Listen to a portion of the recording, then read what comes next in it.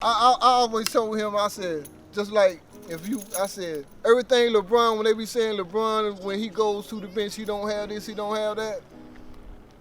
All jokes aside, I said, man, listen, I know that experts will say, well, he's never been in this situation and, he's a young puppy, he couldn't do. And I said, listen, if you take LeBron out that game, put him on the bench and say, Roger, go in there and keep this man fresh for a minute, LeBron gonna be on that bench for quite some time. Because Roger's gonna, I'm being real, you gonna handle your business, man. And if a team come down, y'all losing team come down and drop a 3 on you, you gonna be the first one to get the ball coming down court and say, hey, calm down, it's all good, it's all good. And put a step back 3 on him, bam, tie it back up just like it won't nothing to happen. That's the Roger I know, man.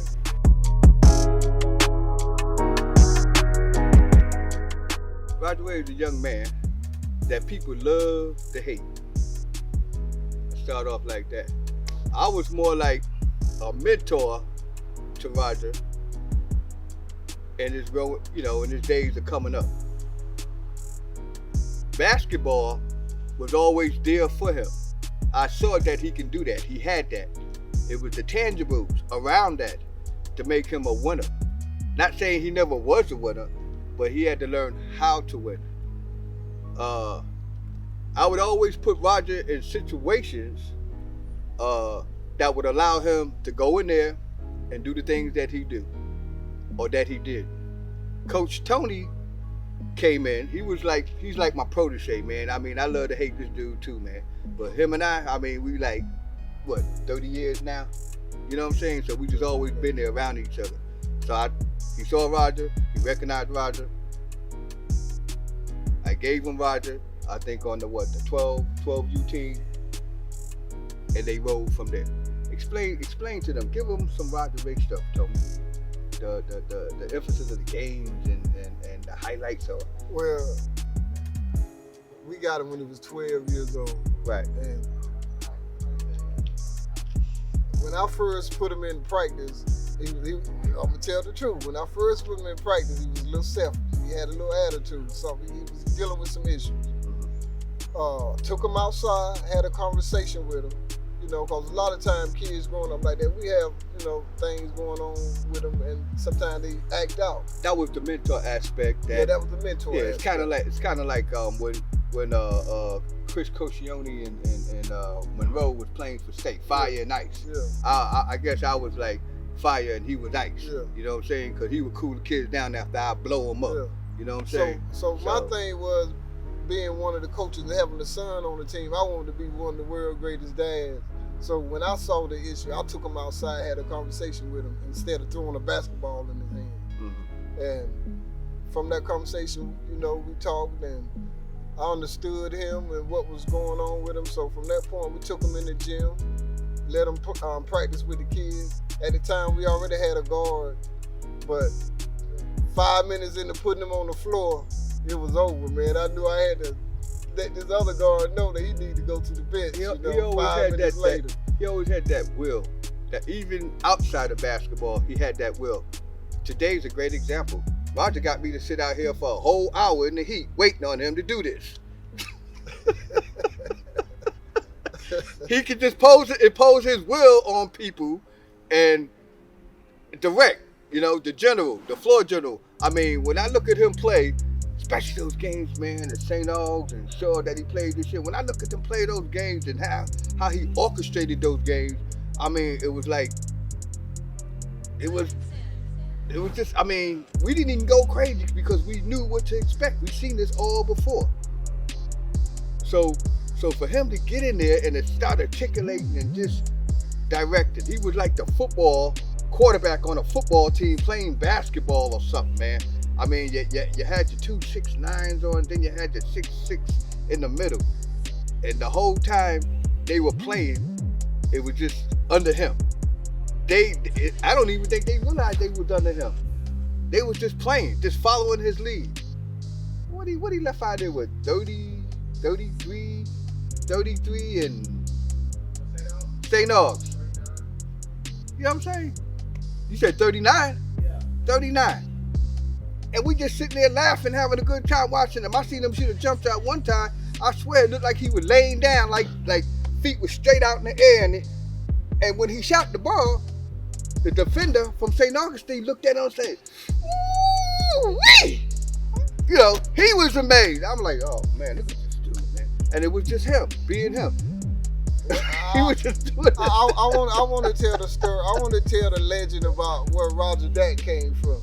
Okay, I want to tell the legend of that. We was playing a game where when Roger was first playing with me, Roger didn't like to pass the ball. So one day I had a conversation with him, told him, say, look, man, if you get your teammates involved, give everybody, the ball from time to time and shoot from the outside, drive, penetrate, dish it off. I said, the team can't set up for you. I said, you'll confuse everybody. I said, you'll get 30 points, but you'll get 10 assists and stuff like that. I said, so just show the rock, man. Then when you do what you do, they'll all love you for it. So he said, all right, coach. So he would go down court, pass the ball to get everybody involved. Then he would come back down court and say, is that what you want, coach? And I would say, yeah, that's exactly what I want. And the same thing he did at 12, he do it right now. And that is, I say this, and I don't like to say this because with the question asked, who is Roger Ray? I wish I didn't know him right now. I wish that he was just a kid I watched film on. I wish that he was just a kid that I walked in the gym and saw him play maybe 20, 30 games because I don't want to sound biased, but I've seen a lot of people to this day that come out of this town, this state, to play in the NBA to this day. But I've said, and I said it at 12 years old, I've never seen someone his size that can actually go into a game, direct the game, control the offense, control the whole game, the narrative of the game, lead you to a victory. Most people that I've seen come up playing basketball, they just get in the game and they're part of the game. He actually, to me, he's like a miniature LeBron James, 5 foot something LeBron, meaning his vision, his court awareness, his IQ is on that level. To be second to nobody, trust me. I always tell my friend here, Coach Ron, Roger's like a genie in a bottle. If you bring him to a court, you open up that bottle and put him in a game, he's gonna have a hard time putting that genie back in the bottle. He's nobody's bench player. That's right. He is nobody's gimmick. He's not a sidekick. He's not a gimmick. He's the real deal. So that's who Roger Ray is to me, man. He's the real deal. He's determined. He's the first one in the gym. He's always the last one out of the gym. He hates to come out of a game. He likes to play the whole game. And he's keen on particulars. He's very particular. We had a recent experience with him at the St. Aug's gym, playing Summer League, where we brought his college team in to play against G League players, overseas type players, and Raleigh so-called legends. I say so-called legends because they still here. Maybe that's why they's legends, because they still here and they ain't never really go. Or they went and they came back real fast. But aside from all of that, and when Ray and the boys, the reason I say Ray and the boys, because Ray never came out of the game. Nobody understand that. How come he get to play the whole game? Well, he was the game. We looked in the stands.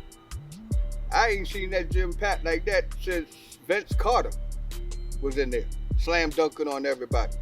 I remember, because I was in there, I was coaching. Roger came up to me and said, Coach. I said, what? He said, look at the gym.